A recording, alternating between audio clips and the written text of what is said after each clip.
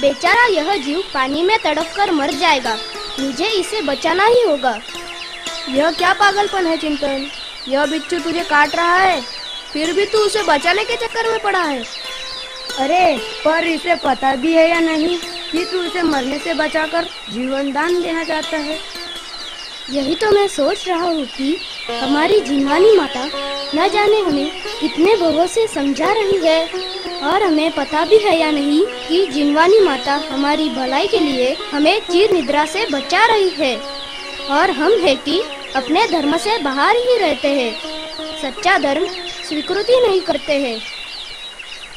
धर्म? कैसा धर्म? कैसा सच्चा धर्म? सुनो सहज, यह बिच्छू एक तिर्यंच प्राणी होकर भी अपना धर्म नहीं छोड़ता है, अपने काटने वाले स्वभाव को नहीं छोड़ रहा है, तो हम भी अपना दया धर्म क्यों छोड़े, अपने स्वभाव को क्यों भूले? दया धर्म? क्या दया करने से धर्म होता है? हम कुछ पीड़ा सहकर धर्म क्यों करें? सच बात तो यह है कि वस्तु का सच्चा स्वरूप, वस्तु का सच्चा स्वभाव ही धर्म है। जैसे पानी का स्वभाव शीतलता है, तो शीतलता पानी का धर्म है। वैसे ही ज्ञान, दर्शन, चेतना, दया, क्षमा यह अपना धर्म है। आपने कभी देखा है किसी आदमी को ज्यादा समय क्रोध में रहते हुए? नहीं। कभी ना कभी उस आदमी का क्रोध शांत हो ही जाता है। इसका अर्थ यह है कि अपना स्वभाव शांत है। अधिक समय तक पानी गर्म नहीं रह सकता है, वैसे ही हम क्रोधादि विभावों में अधिक समय तक नहीं रह सकते हैं। हर एक आदमी सच्चा सुख प्राप्त करना चाहता है। इसी सच्चे सुख की प्राप्ति के लिए हमें धर्म करना चाहिए। अरे वाह, यह तो बहुत अच्छी बात तूने कही है। यह तो मैंने कभी सोचा ही नहीं था। दादा दादी, पापा मम्मी सभी बड़े लोग कह रहे हैं, इसलिए हमें धर्म नहीं करना है। धर्म तो जीवन जीने की एक कला है। हर एक चीज से हमें परीक्षा प्रधान होना चाहिए। जैसे रात में खाना नहीं खाना। डॉक्टर भी कहते हैं कि रात में सोने से पहले 4-5 घंटे पूर्व ही हमें भोजन करना चाहिए। जैसे कि एक और पानी छानकर पीना। डॉक्टर भी कहते हैं कि अनछाना जल पीने से अनंत जीव अपने पेट में जाकर हमारे स्वास्थ्य में बिगाड़ हो जाता है। पानी में भी अनंत जीव होते हैं, इसलिए इन सभी जीवों को हमारे जैसे जीव समझकर दुख नहीं देना चाहिए। वस्तु का सच्चा स्वरूप अगर हम समझे तो हमारा जीवन भी सुख शांतिमय होगा।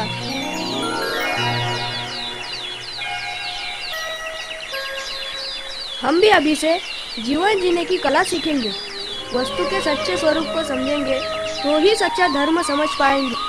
ठीक कहा है प्रशम ने। हम सभी को वस्तु का स्वरूप समझकर जीवन जीने की कला समझना चाहिए।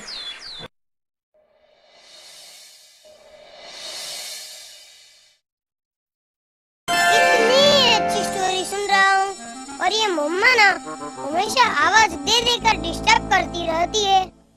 तो फिर मिलाओ ना मम्मा से। मैं नहीं जाऊंगा, मैं बोल के आया हूँ मुझे डिस्टर्ब नहीं करे, पर फिर भी वो सुनती ही नहीं है। मिक्कू, इतना गुस्सा ठीक नहीं है। तो क्या करूँ? तेरे सर पर बैठकर तबला बजाऊं? ये देखो, क्रोध से क्या नुकसान होता है, और बाद में सोचना कि क्रोध करे या ना करे। देखो, ये क्रोध की कथा।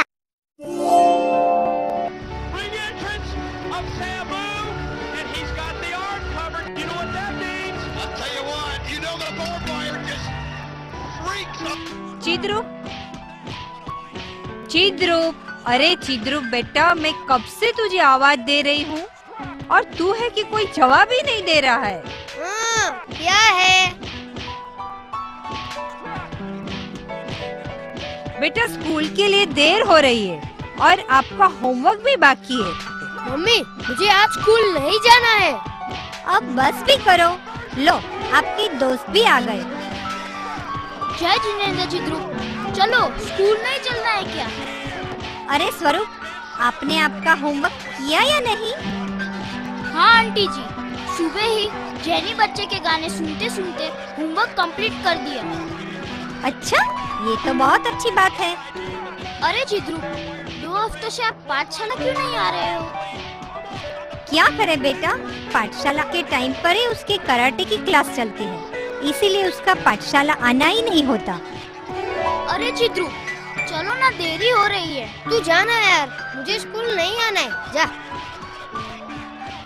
नहीं बेटा स्वरूप, जरा रुको, मैं अभी इसे तैयार करके स्कूल भेजती हूँ। चिद्रुप, चिद्रुप, सुना नहीं तुमने? चलो टीवी बंद करो। नहीं नहीं मम्मी, मैं आज स्कूल नहीं जाऊंगा। मम्मी, टीवी बंद मत करना। अरे ये क्या किया तुमने? देखो तो आंटी जी को कितनी चोट लगी। तो टीवी क्यों बंद कर दिया? मेरा नहीं सुनोगे तो मैं ऐसा ही करूँगा। आंटी जी, आपको तो बहुत ज्यादा चोट लगी है। यहाँ बैठिए, मैं आपको दवाई लगा दूँ।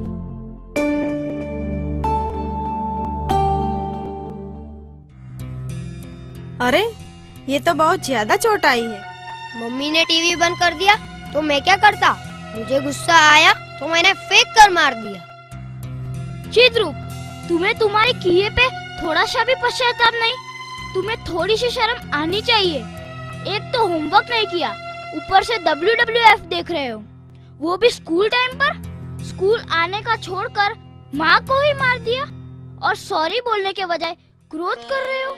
कल पाठशाला के पंडित जी भी बता रहे थे कि क्रोध नहीं करना चाहिए और वो सारी बातें नहीं करनी चाहिए जिससे क्रोध को बढ़ावा मिले। हाँ बेटा, बिल्कुल ठीक कहा है पंडित जी ने।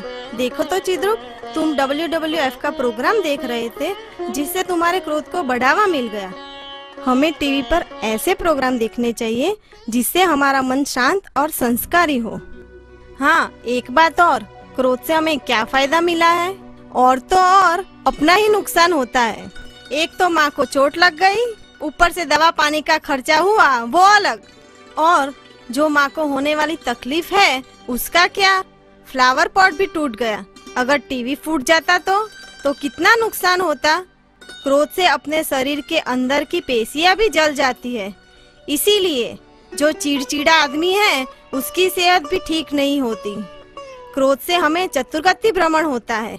ऐसा इतना बड़ा अपना नुकसान होता है, फिर क्या हमें ऐसा क्रोध करना चाहिए चिद्रुप? सॉरी मम्मी, मेरी वजह से आपको बहुत चोटें लग गई। अभी आगे से ऐसी गलती मुझसे कभी नहीं होगी। Very good boy. और हाँ चिद्रुप की माँ, आपको भी सलाह देना चाहती हूँ। अपने बच्चे को ऐसे क्लासेस लगाओ कि जिससे वो कुछ सीखे, जिससे उन्हें कुछ संस्कार मिले, जिससे आगे चल के उनका जीवन सुसंस्कारित हो। ना कि कराटे जैसे क्लास लगाओ जिससे क्रोध को बढ़ावा मिले। हाँ जी, बिल्कुल ठीक कहा आपने। मैं भी चिद्रुप को ऐसे ही संस्कार दूंगी। उसे पाठशाला भेजा करूंगी जिससे हमारा जीवन सुसंस्कारमय हो। आपने मेरी सही समय पर आंखें खोल दी।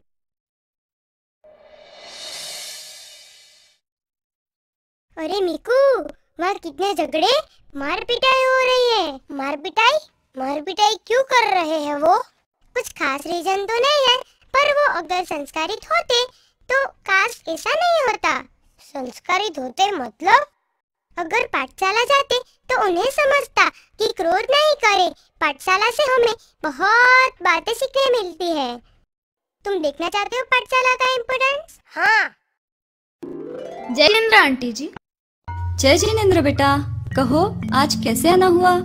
बस ऐसे ही दिनेश के साथ खेलने आया था। क्या वह घर पर है? वो अपने कमरे में होगा। अरे दिनेश, क्या कर रहे हो? चलो खेलने चलते हैं। क्या कहा तुमने? खेलने चलते हैं? यार, दौड़ धूप के खेल मुझे बिल्कुल पसंद नहीं है। क्या लाया है, जरा हमें भी बताओ। अरे यार, जरा धीरे बोल, नहीं तो मॉम सुन लेगी। क्यों, ऐसी क्या बात है? अरे मैंने मॉम से झूठ बोला है कि ये गेम मुझे तुमने दिया है। दिनेश, ये तुमने बिल्कुल ठीक नहीं किया। मेरा नाम बोलकर तुमने झूठ क्यों कहा? और तुम ये जो गेम खेल रहे हो, जो मारपीट वाला गेम है, और इसे खेलने से हिंसा का पाप लगता है। अरे यार, ये लेक्चर देकर तू मेरा अच्छा मूड खराब कर रहा है। मैं इस पाप वाप पर विश्वास नहीं करता। अरे दिनेश, पर ये तो बता, ये गेम तेरे पास कहाँ से आ गया? अरे यार, परसों मामा आए थे, उन्हीं के जेब से उड़ा लिए पैसे। और बाप रे दिनेश! अरे ये तो मेरे बाएं हाथ का खेल है, उसी से तो मैंने 1000 रुपए का SPD पावर रेंजर लाया है। दिनेश, तुम्हारा यह काम बिल्कुल ठीक नहीं है। तुमने एक साथ तीन पाप किए हैं। पहले चोरी की, चोरी छिपाने के लिए झूठ बोल रहे हो, और ऊपर से गेम खेलकर हिंसा का पाप भी कर रहे हो। और तुम्हें पाप का जरा सा भी डर नहीं लग रहा है? हमारे पाठशाला के पंडित जी कहते हैं, जो पाप करने वाले लोगों के साथ रहते हैं, उनकी सहायता करते हैं, उन्हें भी अनुमोदना का पाप लगता है। इसलिए आज से तुम्हारी मेरी दोस्ती खत्म। अरे मैं ये क्या सुन रही हूँ? इसने मेरे भाई के जेब से पैसे चुराए, वीडियो गेम लाया और इतनी सफाई से झूठ भी बोल रहा है। ये सब मेरी ही गलती है। अगर मैं इसे सम्यक के जैसे संस्कार देती, पाठशाला भेजती, तो शायद यह दिन मुझे नहीं देखना पड़ता। लेकिन आज मैं यह निश्चय करती हूँ कि मैं अपने बच्चों को जरूर पाठशाला भेजूंगी और अच्छे संस्कार दूंगी, ताकि मुझे दोबारा यह दिन नहीं देखना पड़े। आओ बच्चों, चले पाठशाला।